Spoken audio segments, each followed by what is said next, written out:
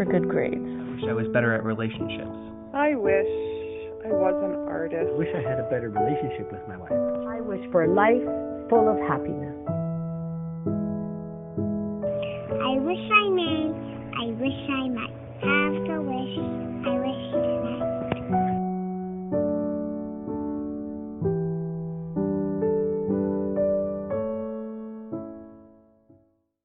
Hi there. Happy Monday. Welcome to Beyond Wishful Thinking. My name is Sherry. Before I get started into my topic today about the exploring the power and complexity of human relationships, I'd like to invite you to get in touch with me. All of my contact information is available. Please download the booklet that I've put together, allowing you to take a look at your own life and figure out where maybe you have energy blocks, and read about some of the suggestions that I have put together that would help you with that. So today I want to talk to you about something that I feel passionate about. It's not what I'm perfect at, but I try. And I kind of believe that if everyone would try this and give room to learn while doing it, we would all be better off as human beings. The topics that I consider sort of my life work now, not that I've worked at teaching this for my life, but that I have evolved through my life using these strategies. And therefore, I just believe that I can help you understand the need for the ability to communicate and the ability to understand connecting and relationship. So if I were to call myself a relationship coach, most people would believe that that means that I coach people who are couples. And I can do that. But what I want to share with you is that the definition of relationship is the way in which two or more concepts, objects, or people are connected, or the state of being connected. So the way I see that as being possible is to educate people on communication and learning about how our actions need to be based on what connection we want. So even thinking about parenting, we don't think maybe of each thing that we are doing with our children as connection in the form of relationship. We sort of see ourselves as the teacher, the mentor, and that is a connection. But I think if we think about how we are with people as the connection, it might change how we communicate. I came across a piece of literature I couldn't find while I was writing this, but the idea is that when you see a child having a tantrum, instead of being irritated or fearful that we've lost control, what if we could look at that and think, that is that child trying to connect with me? And what could I do to free up that sort of roadway to give them the freedom to connect? So as human beings, we have a natural need for independence and a desire for connection with others. And these two needs may sometimes conflict with each other, leading to struggles and inability to find the right balance. While independence allows us to pursue our own goals and interests without interference from others, connection provides us with social support, emotional intimacy, and a sense of belonging. It is essential to balance these two needs to lead a fulfilling lifestyle. So here are some tips on how to balance your need for independence and your desire for connection. Let me just pull up my list here. So the needs or the tips on how to balance the need for independence and connection are, first of all, to understand your own needs. It's essential to understand and identify what you want for your independence and therefore your connection. So ask yourself what activities and experiences make you feel independent and what activities and experiences make you feel connected to others. Understanding your needs will help you make informed decisions on how to balance them.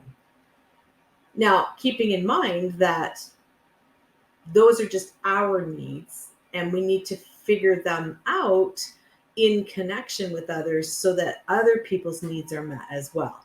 But for all intents and purposes, we're going to sort of start initially on just considering what we need.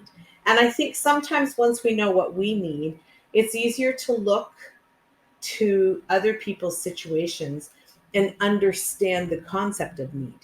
If we're in relationships and we're just responding or reacting, maybe would be the better word, then we might not see space to give them what they need. And so the beginning is understanding your needs, communicating them. And so in order to do that, take some thought and what activities and experiences make you feel independent, and what activities and experiences make you feel connected. Then the next big word that I love to talk about is communication. Communicate your needs. Once you've identified your needs, it's important to communicate them to those around you. Be clear about what you need from others and what you need for yourself. Communicating your needs will help you establish healthy boundaries and create a supportive environment. And so, thinking about boundaries and working on that with some people just recently, a boundary is putting something in place for both people's needs to be met.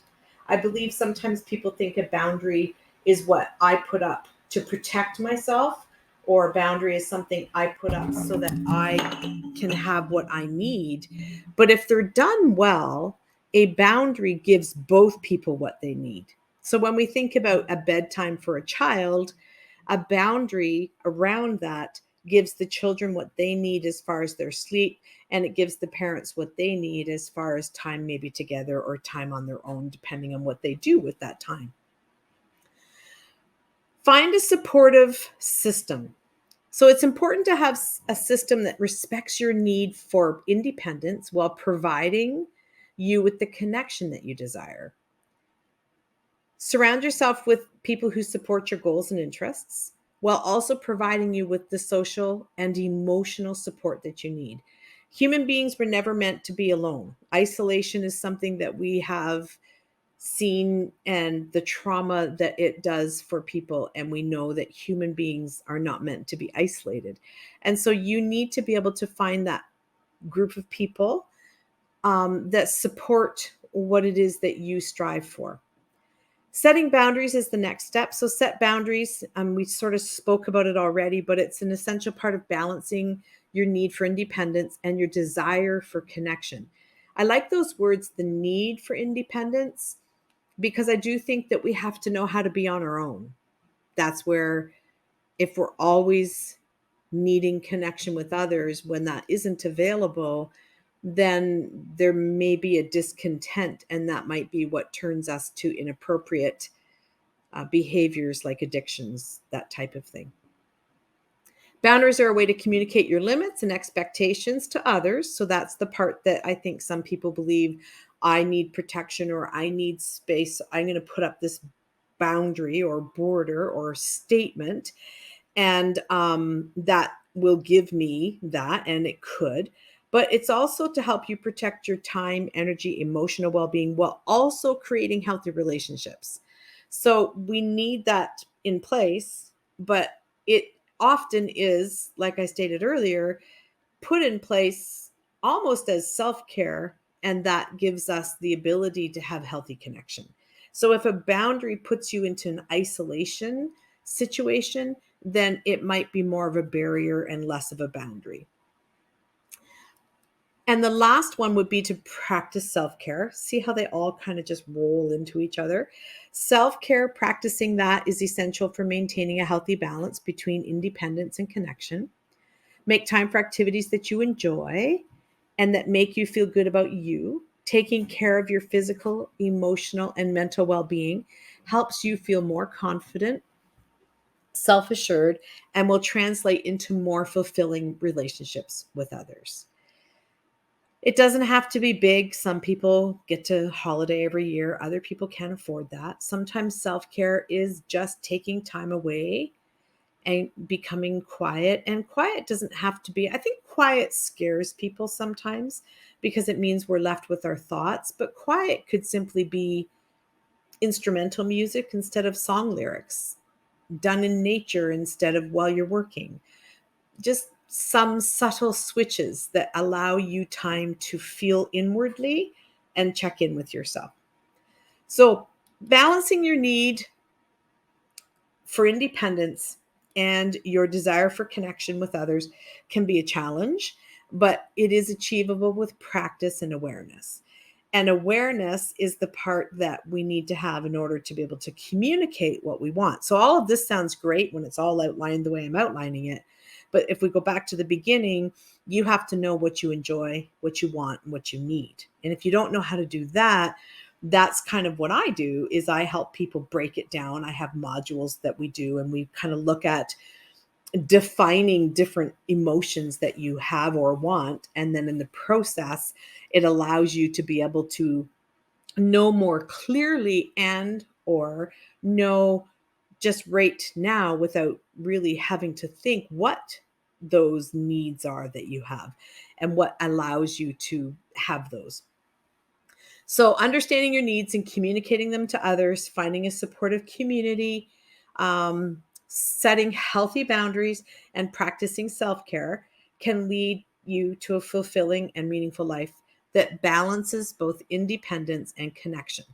Remember that it's not about choosing between the two, but finding a way to integrate them both into your life in a way that works for you and for your family and the people around you. So, the next thing that I would offer as a list to consider would be that human beings, because I've spoken about the connection piece, I believe that people think less about how to be relational and more about their own needs. Even though I've already kind of said that maybe you're not aware of them, when you're not self aware and you're not capable of knowing what your needs are, then you aren't thinking relationship, you aren't thinking connection, you're thinking in a, I don't want to say self-centered way, the way we think of using self-centered, but self-centered in the sense of reactionary or, what's the word? Preserving yourself. So when someone says something that makes you react in a way that you're not happy with, but yet you can't step away from, I think that happens because you're reacting versus knowing. And what the steps of the beginning of this podcast teach you is the knowing piece. So some people find it easy to form close bonds with others. It can be a challenge for some people. And if you're looking to build that deeper connection with people, there are some steps to doing that as well. And some of them are harder to do than other people find. Being present, sharing your own experiences, showing empathy, practicing active listening, spending quality time together, be supportive of someone else's endeavors, being reliable, being there when other people need you. Those are ways that you can create connection with people. And what I'd like to do is offer you the experience of understanding how to develop that within yourself and to know that when I speak of relation, I'm not thinking of a couple. I'm thinking of any human being that we come into contact with. I'm thinking of when we feel judgmental, it's easy to come from our place of hurt, and that's what makes us be judgmental. If we feel that there's that thought coming, what could we ask ourselves that would put us in relation to them? How could we look at the situation and understand that that person possibly is acting the way they are because they don't have the boundaries in place. They aren't aware of who they are and what they want. They don't know what activities they enjoy, and they don't know how to communicate that to other people. Communication seems like a scary topic for people because they think it means, I guess, like no privacy. But communication is politely and strongly, with a backbone, strong, asking for what you need. And we are not a society who has been taught that. We've come through that age of speak when you're spoken to, and now it's anything is possible, and people are speaking up and out, and it's all good. But what about communicating so that the learning can happen in connection? We have social media, we have the ability to be in touch. The world seems so small because we know what's going on all around it, and yet people are more distant than they've ever been. And so when I want to help people with communication, it's more about sharing and discovering and finding out what it is each party needs in order to be connected. Because connection will not last if needs are not met.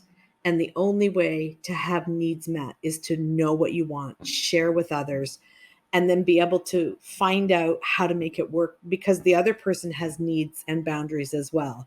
And they need to express theirs, and then we need to be able to meet in the middle. And that's what will make connection happen, and what it will make connection last. And that is what I believe my life experience will allow me to help and to guide with. So again, thank you for listening. That's my concepts on exploring the power and the complexity of human relationships. As much as I enjoy discussions, I also want to provide a service to people who would like more. If you want to do more than listen, get in touch with me with the links in the description. You can also email me through hello@beyondwishfulthinking.ca. And I'd like to give you content you enjoy, so please leave a review wherever you're listening to this podcast. If you're watching through my YouTube channel, leave your comments below. If you want more of Beyond Wishful Thinking podcasts, make sure to subscribe for free on Apple Podcasts, Spotify, and wherever you are listening right now.